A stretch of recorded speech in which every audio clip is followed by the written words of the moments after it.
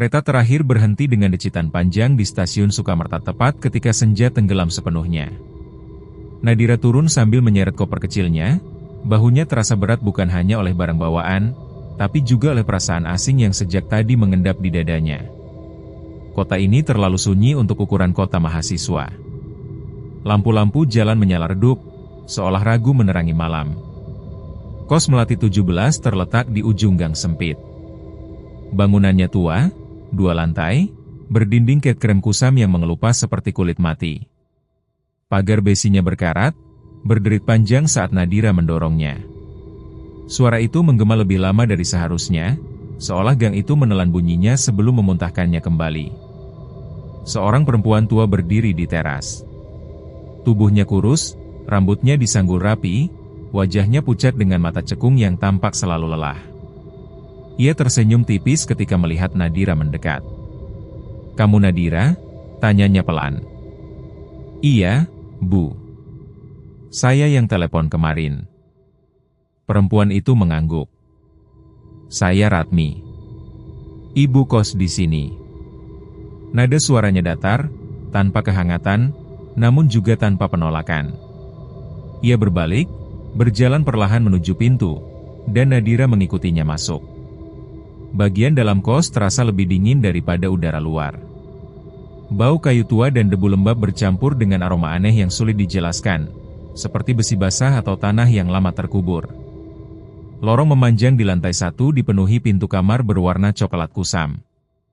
Sebagian tertutup rapat, sebagian lagi sedikit terbuka, gelap di dalamnya. "Kamar yang kosong cuma 1, kata Bu Ratmi sambil berhenti di depan pintu paling ujung. Nomor 3 tertera miring di atasnya. Kamar nomor 3. Entah kenapa, jantung Nadira berdegup sedikit lebih cepat. Bu Ratmi merogoh saku celemeknya, mengeluarkan kunci besi tua, lalu menyerahkannya. Saat kunci berpindah tangan, jari Bu Ratmi terasa dingin, dingin yang tidak wajar.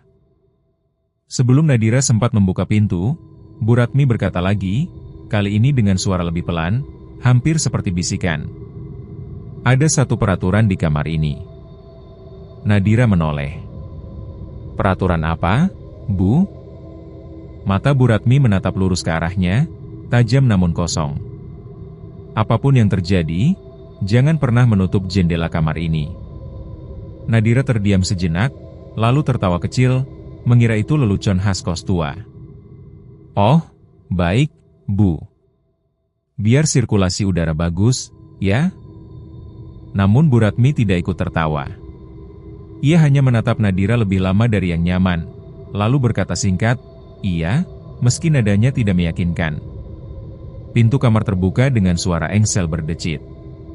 Kamar itu tidak besar, cukup untuk 1 ranjang, meja belajar, lemari kecil, dan sebuah jendela besar di sisi kiri ruangan. Jendela itu terbuka lebar. Tidak setengah, tidak miring, benar-benar menganga, seolah memang tidak pernah dimaksudkan untuk ditutup. Tirai tipis yang menguning bergerak pelan, meski angin malam hampir tak terasa. Dari jendela, terlihat gang sempit di samping kos. Lampu jalan berkedip, menerangi dinding tetangga yang lembab dan penuh lumut. Entah kenapa, pemandangan itu membuat Nadira merasa sedang diawasi. "Kalau ada apa-apa, panggil saya," kata Bu Ratmi dari ambang pintu. Tapi, jendelanya biarkan begitu saja. Ia pergi tanpa menunggu jawaban. Nadira menutup pintu kamar, mengunci dari dalam. Suara klik kunci terdengar terlalu nyaring di ruangan yang tiba-tiba terasa sepi. Ia meletakkan koper, duduk di ranjang, lalu menatap jendela itu lagi. Udara malam masuk, membawa hawa dingin yang perlahan merayap ke kulitnya. Namun bukan dingin biasa. Ada sensasi lain, seperti seseorang berdiri sangat dekat, hanya terpisah kaca dan udara. Nadira menggeleng, mencoba menepis perasaan itu. "Hanya sugesti," gumamnya. Lampu kamar dinyalakan. Cahaya kuning redup menyinari dinding yang penuh bekas paku. Di bawah jendela, ada bekas goresan hitam memanjang ke bawah, seperti bekas kuku yang diseret paksa. Nadira berjongkok, menyentuhnya. Permukaannya kasar, dingin. Saat itulah ia mendengar suara pelan dari luar. Bukan langkah kaki. Bukan suara angin. Melainkan napas panjang, berat, seolah seseorang berdiri tepat di depan jendela, menghadap ke dalam kamar. Nadira menahan napas, jantungnya berdebar. Ia mendekat perlahan, menyingkap tirai sedikit. Tidak ada siapa-siapa. Gang itu kosong. Namun tepat ketika ia hendak mundur, terdengar ketukan halus. Tok, tok. Bukan dari pintu. Dari kaca jendela. Nadira mundur selangkah, merinding dari ujung rambut sampai kaki. Ketukan itu berhenti, digantikan kesunyian yang menekan telinga. Di luar, jendela tetap terbuka. Dan entah mengapa, Nadira merasa sesuatu baru saja mengetahui bahwa kamar itu kembali berpenghuni. Malam pertama Nadira lewati tanpa benar-benar tidur. Tubuhnya terbaring kaku di atas kasur, sementara matanya terus terbuka menatap langit-langit kamar yang retak di beberapa bagian. Setiap bunyi kecil terdengar berlipat ganda, detak jam dinding dari lorong, suara tetesan air entah dari mana, dan desir tirai jendela yang bergesek perlahan seperti napas seseorang yang terlalu dekat. Jendela itu masih terbuka. Udara dingin masuk tanpa ampun, membuat kulit Nadira menggigil. Ia sempat terpikir untuk menutupnya, hanya sedikit saja, namun kalimat Bu Ratmi terngiang jelas di kepalanya. Apapun yang terjadi, jangan pernah menutup jendela kamar ini. Sekitar pukul 2.13, Nadira akhirnya terlelap, bukan karena rasa aman, melainkan karena kelelahan yang memaksa. Ia terbangun oleh suara aneh. Bukan suara keras. Justru terlalu pelan. Seperti bisikan. Awalnya ia mengira itu berasal dari mimpinya sendiri. Namun suara itu terus berulang, tidak membentuk kata, hanya desahan samar yang keluar masuk, teratur, seperti orang bernafas dengan susah payah. Nadira menoleh ke arah jendela. Tirai tipis bergerak perlahan ke dalam, meski udara terasa diam.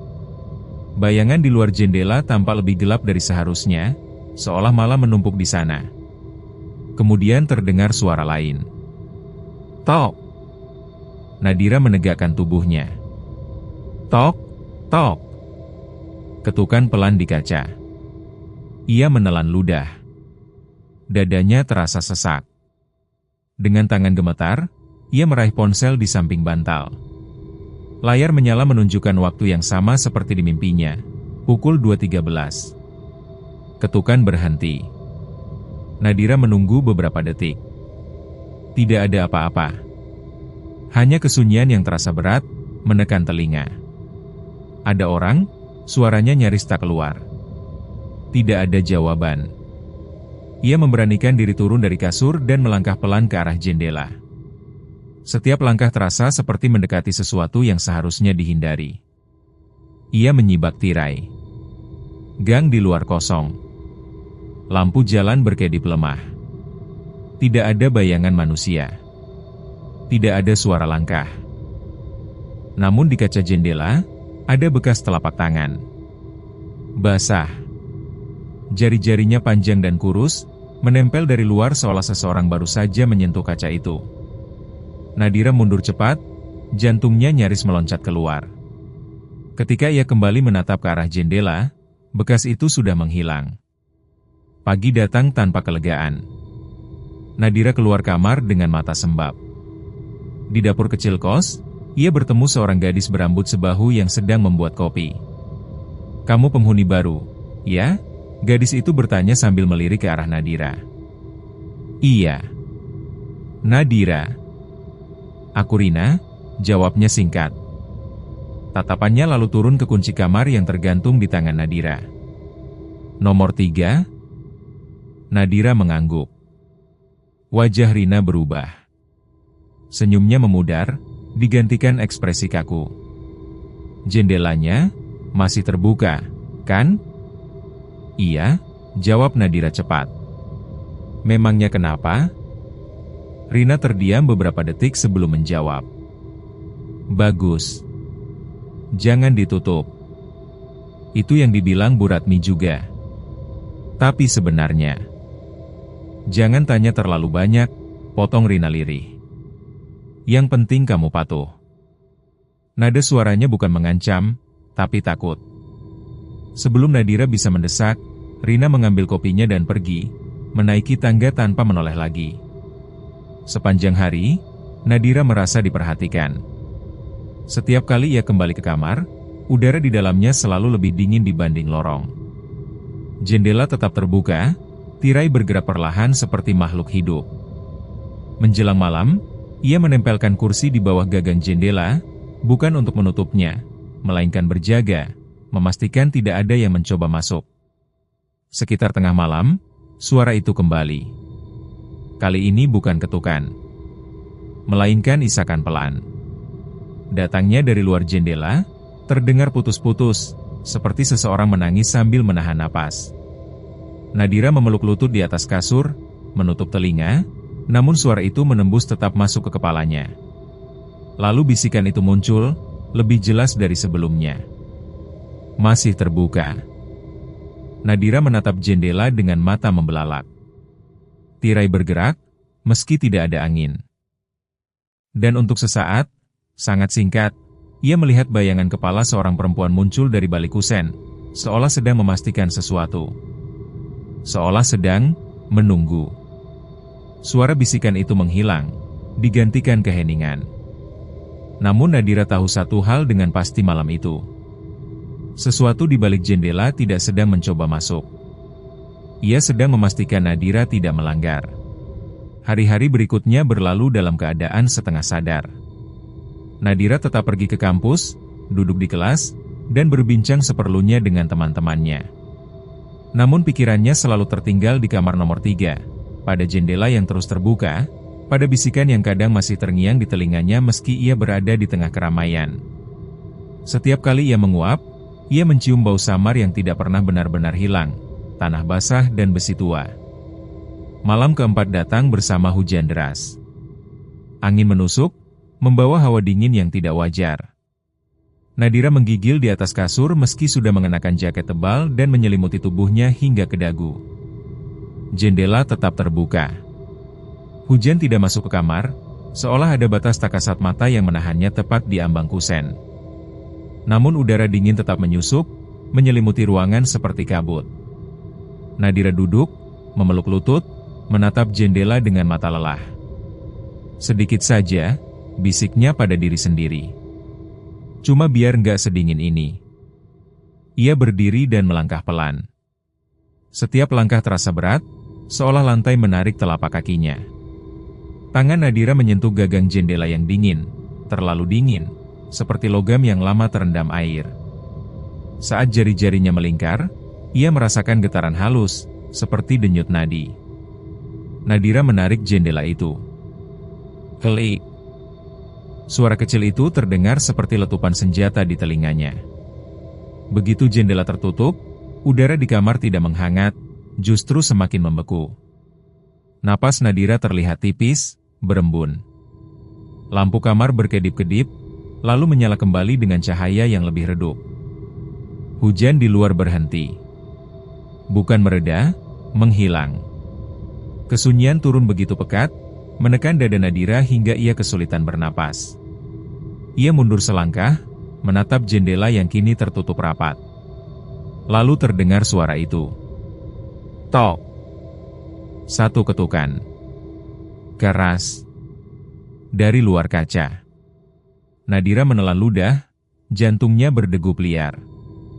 Ia mundur lagi, punggungnya hampir menyentuh lemari. Tok.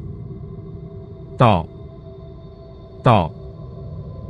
Ketukan itu semakin kuat, membuat kaca bergetar. Tirai berkibar meski jendela tertutup rapat. Enggak, Nadira berbisik panik. Bayangan muncul di balik kaca. Awalnya hanya gelap yang lebih pekat dari malam. Lalu perlahan, sebuah wajah mendekat. Perempuan. Kulitnya pucat kebiruan, seperti mayat yang terlalu lama terendam air. Rambut panjang hitam menempel di pipinya, basah dan berantakan. Matanya hitam sepenuhnya, tanpa putih, menatap lurus ke arah Nadira. Bibirnya merekah pelan. Kali ini, suaranya terdengar jelas, bukan di telinga Nadira, melainkan langsung di dalam kepalanya. Aku sudah menunggumu menutupnya. Ketukan berhenti. Wajah itu kini menempel pada kaca. Kulitnya terlihat menekan dari balik jendela, meninggalkan bekas lembab. Agar aku bisa masuk. Tangan perempuan itu terangkat, telapak tangannya menempel di kaca dari luar. Dari dalam, Nadira bisa melihat jari-jarinya terlalu panjang, sendinya menekuk dengan sudut yang tidak mungkin. Retakan halus muncul di kaca. Nadira menjerit, berlari ke pintu, memutar kenop dengan panik. Pintu terkunci. Ia lupa membuka kuncinya. Di belakangnya, suara retakan kaca semakin keras. Dengan tangan gemetar, Nadira berhasil membuka pintu dan terhuyung keluar ke lorong. Begitu ia menoleh ke belakang, kaca jendela belum pecah, namun wajah itu masih ada, tersenyum dari balik tirai yang kini menghitam. Nadira berlari tanpa arah hingga tubuhnya menyerah. Gelap menelan pandangannya. Ketika kesadarannya menghilang, satu kalimat terakhir masih terngiang jelas di kepalanya. Sekarang kamu tahu, kenapa jendela itu harus selalu terbuka. Dan di kamar nomor 3, jendela perlahan terbuka sendiri. Nadira terbangun dengan rasa nyeri di seluruh tubuhnya. Kepalanya berdenyut, tenggorokannya kering, dan ada bau menyengat yang memenuhi hidungnya. Bau minyak kayu putih bercampur aroma lembab yang sudah dikenalnya. Ia membuka mata perlahan. Langit-langit ruang tamu kos menyambutnya. Di sampingnya, Bu Ratmi duduk di kursi rotan, tangannya gemetar memegang segelas air. Rina berdiri tak jauh, wajahnya pucat, matanya merah seperti habis menangis atau kurang tidur. Kamu menutup jendelanya, kata Bu Ratmi pelan. Itu bukan pertanyaan. Nadira mencoba bangkit, namun kepalanya kembali terasa ringan. Saya kedinginan. Bu Ratmi menghela napas panjang, seolah kalimat itu sudah ia dengar berkali-kali dari orang lain. Aku sudah bilang, ucapnya lirih. Aku sudah selalu bilang. Rina mendekat dan membantu Nadira duduk. Tangannya dingin, hampir sama dinginnya dengan gagang jendela malam itu. Apa yang kamu lihat? Tanya Rina, suaranya bergetar. Nadira menutup mata, mencoba mengusir bayangan wajah pucat di balik kaca. Namun wajah itu justru muncul lebih jelas, senyum retak, mata hitam yang menatap penuh harap. Perempuan, jawab Nadira parau. Dia menunggu. Seperti marah. Tapi juga senang. Bu Ratmi memejamkan mata. Itu Sulastri, katanya akhirnya. Nama itu meluncur begitu saja, namun membuat udara di ruangan terasa lebih berat. Dia penghuni kamar 30-an tahun lalu, lanjut Bu Ratmi. Gadis seumuran kamu. Pendiam. Selalu duduk di dekat jendela. Bu Ratmi menatap ke arah lorong, ke ujung tempat kamar nomor 3 berada, seolah bisa melihat masa lalu menempel di sana. Sulastri menunggu seseorang. Tunangannya.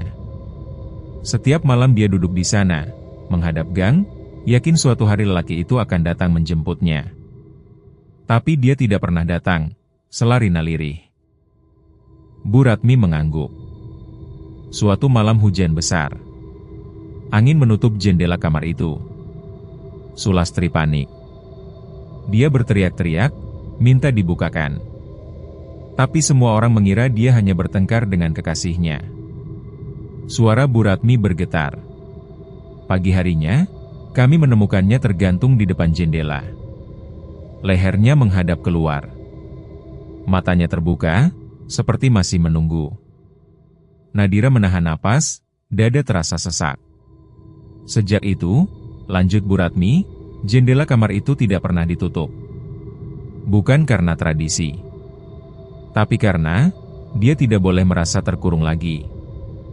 Kalau jendelanya ditutup, kata Rina pelan, dia merasa ditinggalkan. Dan dia akan mencari jalan masuk, ke siapapun yang melakukannya. Nadira menggigil. Masuk kemana? Rina menatapnya dengan mata berkaca-kaca. Ke hidupmu. Hening menyelimuti ruang tamu. Hujan kembali turun di luar, kali ini pelan, seperti ratapan. "Kamu masih selamat karena jendelanya terbuka lagi," kata Bu Ratmi. Dia belum sepenuhnya masuk. "Belum?" Suara Nadira nyaris tak terdengar. Bu Ratmi menatapnya lama. "Sejak kamu menutup jendela itu, dia tahu kamu bisa melihatnya." Malam itu, Nadira kembali ke kamar nomor 3. Tidak ada pilihan lain. Jendela terbuka lebar, seperti tidak pernah disentuh. Kaca tampak utuh, tanpa retakan. Namun di ambang kusen, ada bekas kuku hitam yang belum ada sebelumnya. Nadira duduk di ranjang, memeluk tas kecil berisi barang-barang penting. Ia tidak mematikan lampu. Sekitar tengah malam, udara di kamar kembali berubah. Tidak sedingin sebelumnya, melainkan hangat dan lembab, seperti napas seseorang yang terlalu dekat. Dari arah jendela, terdengar suara kursi digeser perlahan, padahal tidak ada kursi di sana. Lalu suara perempuan itu kembali. Bukan dari luar, melainkan dari dalam kamar. "Aku tidak suka ditinggalkan." Nadira menutup mulutnya, menahan jeritan. Di ambang jendela, bayangan perempuan itu kini terlihat lebih jelas. Tubuhnya setengah masuk ke kamar, rambutnya menjuntai menyentuh lantai. Dan Nadira menyadari sesuatu yang membuat darahnya membeku. Sulastri tidak lagi berada di balik kaca. Ia sedang belajar berada di dalam. Sejak malam itu, Nadira tidak lagi benar-benar sendirian. Ia merasakannya dari cara udara di kamar berubah setiap kali ia masuk. Lebih berat, lebih lembab, seperti ruangan yang terlalu lama tertutup oleh napas orang lain. Jendela tetap terbuka, tirainya bergerak perlahan, namun bau tanah basah dan besi tua semakin kuat, menetap seperti penghuni tetap. Setiap pagi, Nadira menemukan jejak baru. Awalnya hanya bekas kaki samar di lantai keramik, seolah seseorang berjalan tanpa alas kaki setelah hujan. Jejak itu tidak mengarah ke jendela. Jejak itu mengarah ke kasurnya. Nadira mencoba membersihkannya dengan kain kering. Tidak hilang. Dengan air dan sabun. Masih ada. Jejak itu baru memudar setelah matahari naik tinggi, seolah cahaya siang memaksanya pergi. Namun malam berikutnya, jejak itu kembali. Rina memperingatkannya. Kalau dia sudah meninggalkan jejak, berarti dia mulai menetap. "Menetap di mana?" tanya Nadira, meski ia sudah tahu jawabannya. Rina menunduk. "Di ruang yang kamu beri." Malam kelima, Nadira terbangun oleh suara lemari berderit. Pelan. Teratur. Seperti seseorang membuka dan menutup pintu lemari tanpa niat mengambil apapun. Nadira menatap lurus ke arah lemari. Pintu kayunya sedikit terbuka, celah gelap menganga di dalamnya. Dari sana keluar bau yang lebih pekat, membuat perut Nadira mual. "Aku tidak akan menutup jendela," bisik Nadira, hampir seperti doa. "Aku janji." Lemari itu berhenti bergerak. Beberapa detik kemudian, terdengar suara napas tepat di samping telinganya. "Bukan itu yang kuminta." Suara itu tidak lagi serak. Tidak lagi terputus. Kini terdengar jelas dan dekat, seolah bibir itu hanya berjarak beberapa sentimeter dari kulit Nadira. Nadira membeku. Ia bisa merasakan rambut basah menyentuh lehernya. Kulitnya dingin, namun basah, seperti tangan yang baru diangkat dari air kubur. Nadira tidak berani menoleh.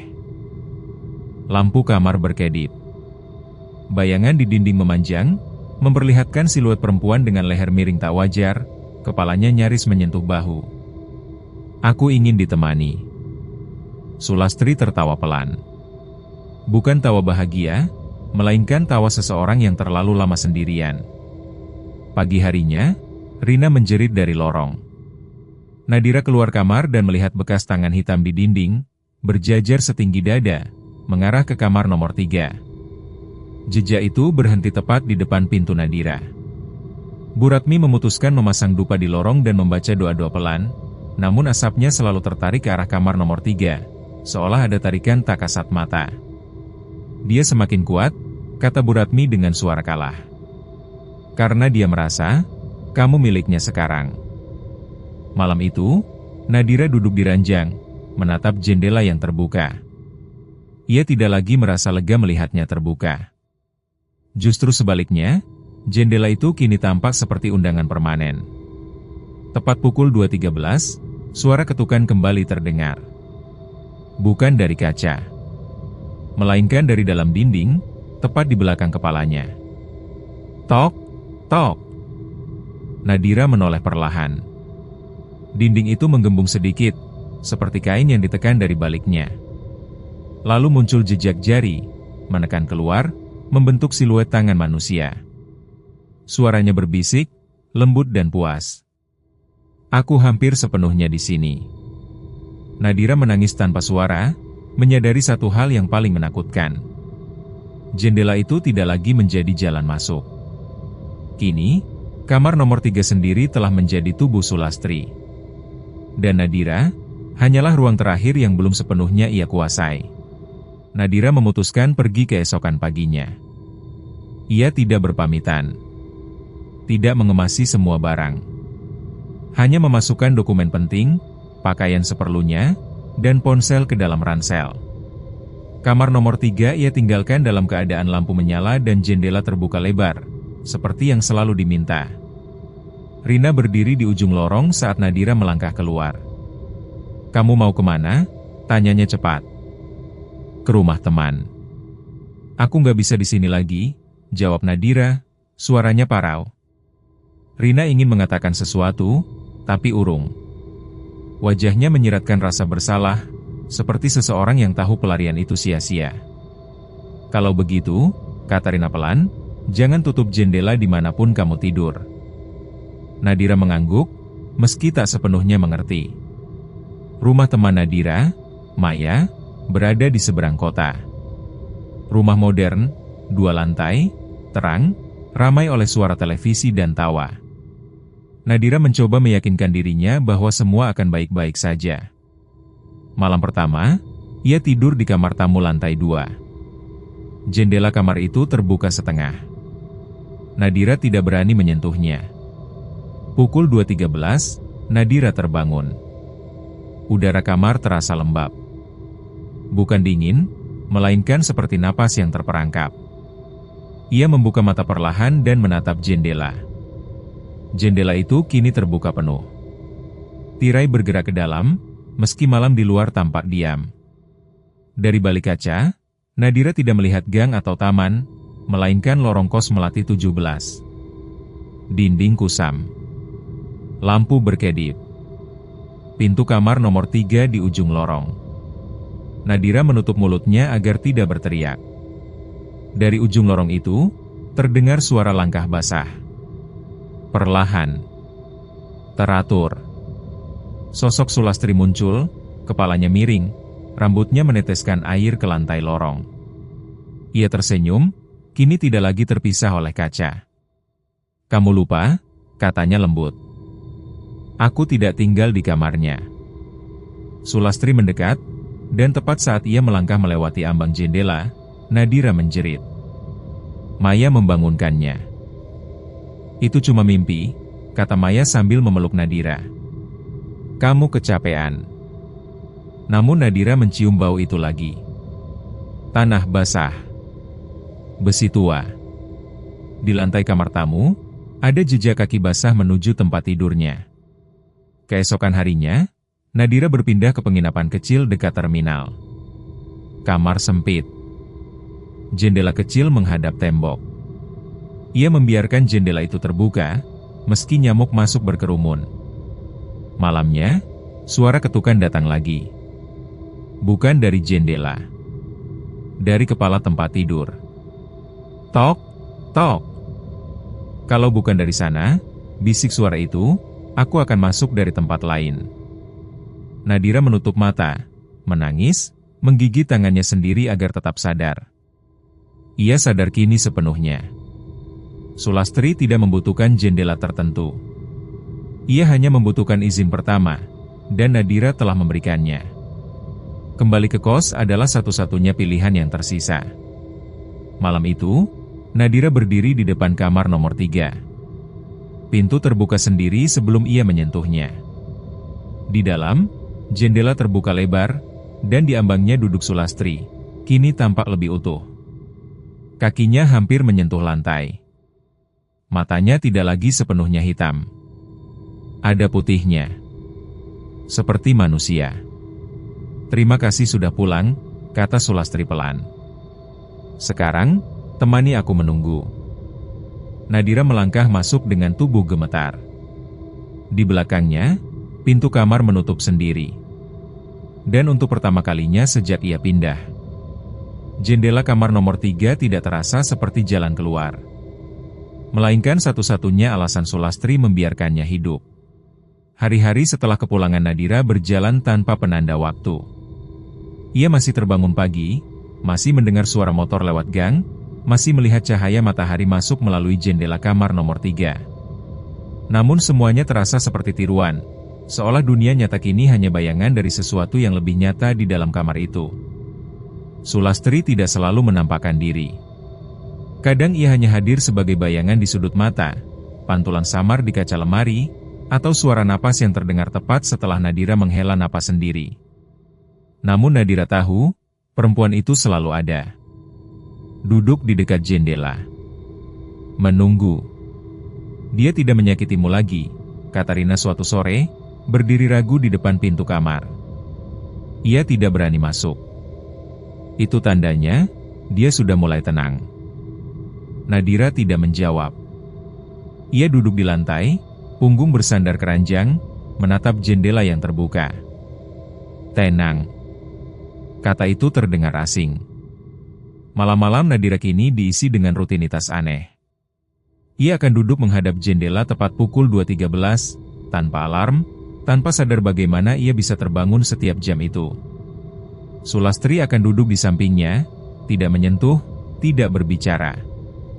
Mereka hanya menatap gang kosong bersama.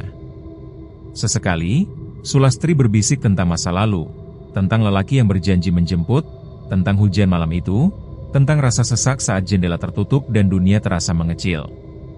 Tanpa sadar, Nadira mulai memahami. Bukan membenarkan, namun memahami. Suatu pagi, Bu Ratmi ditemukan duduk di kursi depan kamar nomor 3. Tubuhnya kaku, wajahnya menghadap jendela, matanya terbuka lebar. Tidak ada luka. Tidak ada tanda kekerasan. Hanya senyum kecil di sudut bibirnya. Senyum seseorang yang akhirnya melihat apa yang ditunggu terlalu lama. Sejak itu, kos Melati 17 mulai kosong. Penghuni pindah satu persatu. Tidak ada yang bertahan lebih dari 2 malam. Mereka mengeluh mimpi buruk, suara tangisan, dan perasaan ingin duduk diam menatap jendela tanpa alasan. Rina adalah yang terakhir pergi. Suatu hari nanti, katanya pada Nadira dengan mata berkaca-kaca, "Tolong, kalau ada yang baru, bilang aturannya." Nadira mengangguk pelan. Malam terakhir Rina di kos, ia melihat sesuatu dari kejauhan. Di kamar nomor 3, ada 2 siluet perempuan duduk berdampingan di depan jendela terbuka. Satu condong ke depan, rambut panjang menjuntai. Satu lagi tegak, lebih muda. Lebih hidup. Di dalam kamar, Sulastri menoleh ke arah Nadira. Wajahnya kini jauh lebih jelas. Kulitnya tidak sepucat dulu. Senyumnya tidak lagi retak. "Aku capek menunggu sendirian," katanya lembut. "Dan kamu, sudah belajar menunggu." Nadira membuka mulut untuk membantah. Namun yang keluar hanyalah napas panjang, napas orang yang telah duduk terlalu lama di satu tempat. Saat itu, Nadira menyadari perubahan terakhir. Ia tidak lagi ingin pergi. Gang di luar jendela terasa akrab. Lampu jalan yang berkedip terasa menenangkan.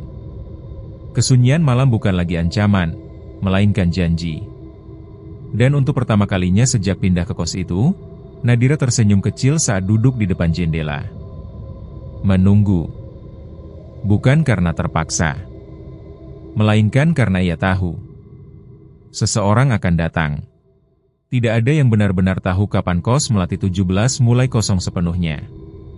Tetangga hanya menyadari satu hal, lampu di ujung gang jarang menyala, pagar kos berkarat tak pernah lagi dibuka, dan papan nama kos perlahan miring, nyaris jatuh.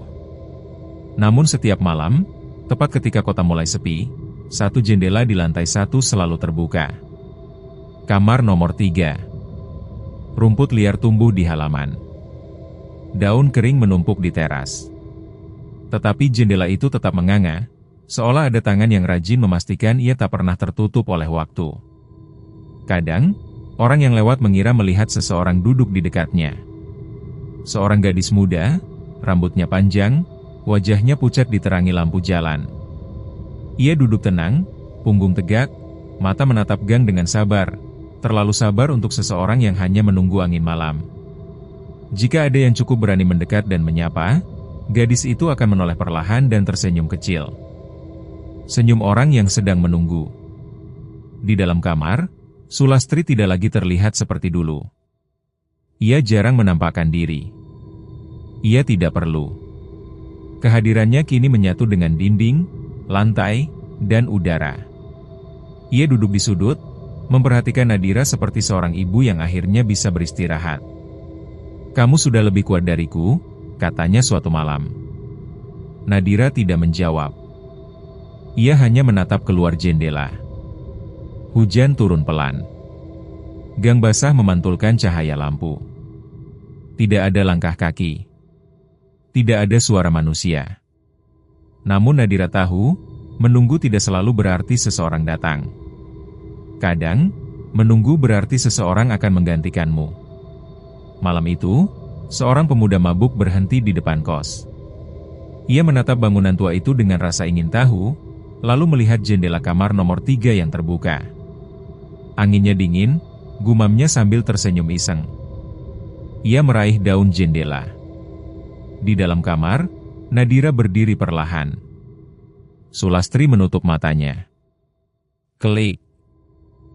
Begitu jendela tertutup, udara di gang berubah. Lampu jalan berkedip lalu mati.